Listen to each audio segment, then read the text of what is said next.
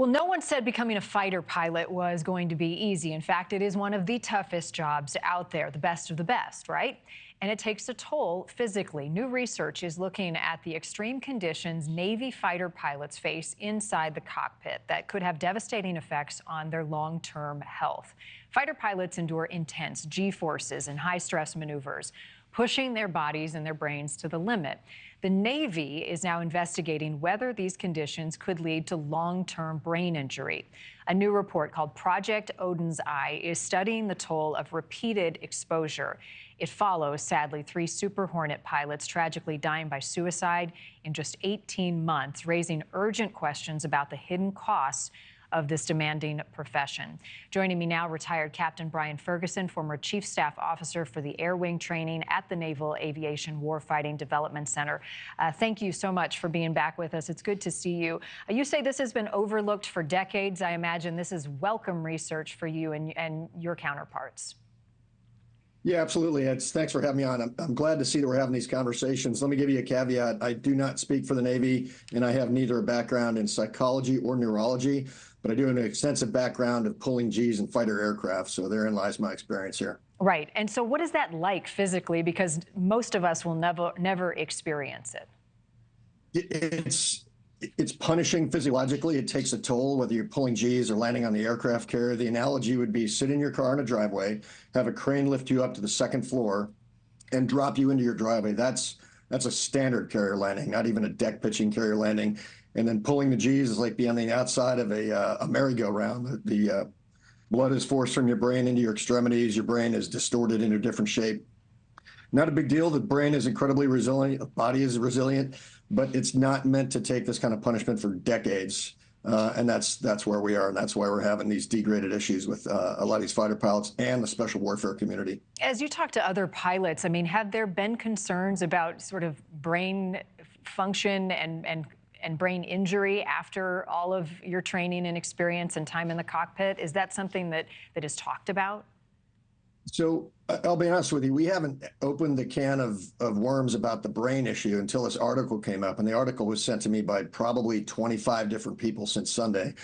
What we do talk about a lot is the repeated exposure of the Gs and just the physiological effects that it has on your body over and over and over. And we will typically talk in our community about neck and back injuries. And then, you know, it's kind of overlooked because we'll all go to the VA when we get out.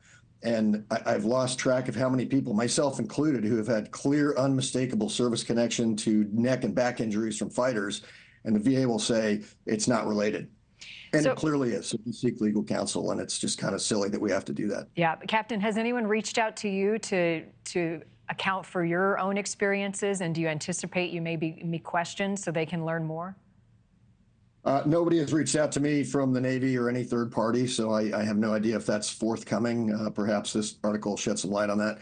But no, right now, and I'm not experiencing any issues with any of that, but it is opening a lot of good conversations that I think we should be having. Yeah, no, I mean, head first, right? When you talk to the next generation of pilots, what would you tell them about managing and the expectations around the physical and the mental tolls that flying can bring?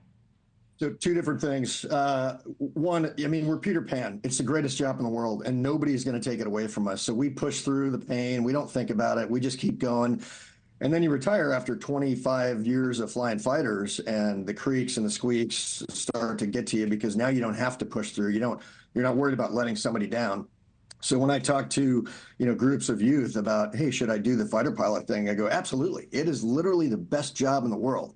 The mental piece isn't something I talk to in recruiting, but when I talk to young folks that are coming through the pipeline, the mental health piece is something that has been overlooked, not just in the military, but in the military because we compartmentalize. So that's something we're getting better at. And I would say that if you have challenges, stresses, high stress job, absolutely dangerous, lots of things to go wrong, is to seek any sort of help, whether it's talking to a friend, a shipmate, a professional, because it's a sign of strength. And we've been painting it as a sign of weakness, and it's not. So That's what I would tell in those two different venues. Yeah, well, I'm glad we're paying attention to it now. Thanks for being generous with your time. Captain Brian Ferguson, as always, and thank you so much, sir, for your service. Thank you for watching. Go to newsnationnow.com to find News Nation on your television provider. And don't forget to click the red subscribe button below to get more of News Nation's fact-driven, unbiased coverage.